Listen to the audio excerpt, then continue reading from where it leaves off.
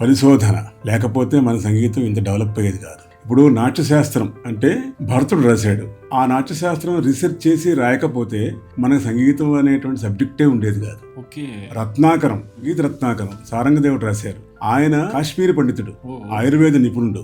ఆయన ఇప్పుడు దౌలతాబాద్ అంటున్నారు, అప్పుడు దేవగిరి అనేవారు. దేవగిరిలో మినిస్టర్ ఆయన ఆ రత్నాకరం అనేటువంటి గ్రంథాన్ని పరిశోధన చేసి రాయకపోతే మనకి ఈ రోజు సంగీతం ఉండేది కాదు. అంటే ఏమిటి, ఆయన సంగీత రచనలు ఎలా ఉండాలో లక్షణం చెప్పాడు. అది లేకపోతే ఈ రోజు కాంపోజిషన్స్ లేవు, కృతులు లేవు, కీర్తనలు లేవు. అంటే ప్రతి చోట ఈ యొక్క పరిశోధన అవసరం. ఉదాహరణకి ఇందాక నేను చెప్పినట్టు కొన్ని వేల రాగాలు మనం పాడడం ఉన్నాయి, వాటి స్వరూపం ఎలా ఉంటుంది అనేటువంటి పరిశోధించకుండా ముందుకు వెళ్ళకపోతే మన సంగీతం ఈ 10 రాగాల్లోనే ఉంటుంది.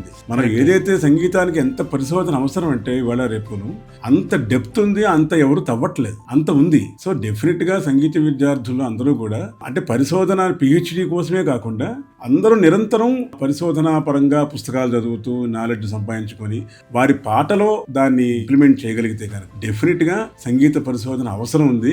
అది లేకే మనం కొంచెం వెనకబడ్డాం. వెస్టర్న్ మ్యూజిక్ లో అలా లేదు. వెస్టర్న్ మ్యూజిక్ లో థియరీ ప్రాక్టీస్ రెండు కూడా ప్రాక్టికల్ లో ఈక్వల్ గా పెరిగాయి. మన సంగీతంలో ముఖ్యంగా కర్ణాటక సంగీతంలో బాగా ప్రాక్టికల్ పెరిగిపోయింది. దాని తగ్గట్టు ఈక్వల్ గా థియరీ పెరగలేదు. ఎందుకంటే మనం పాత థియరీయే చదువుకొని ప్రస్తుత సంగీతానికి ఆపాదించుకుంటున్నాం. దానివల్ల థియరీకి ప్రాక్టికల్ కి మధ్యలో గ్యాప్ ఉండిపోయింది అనమాట.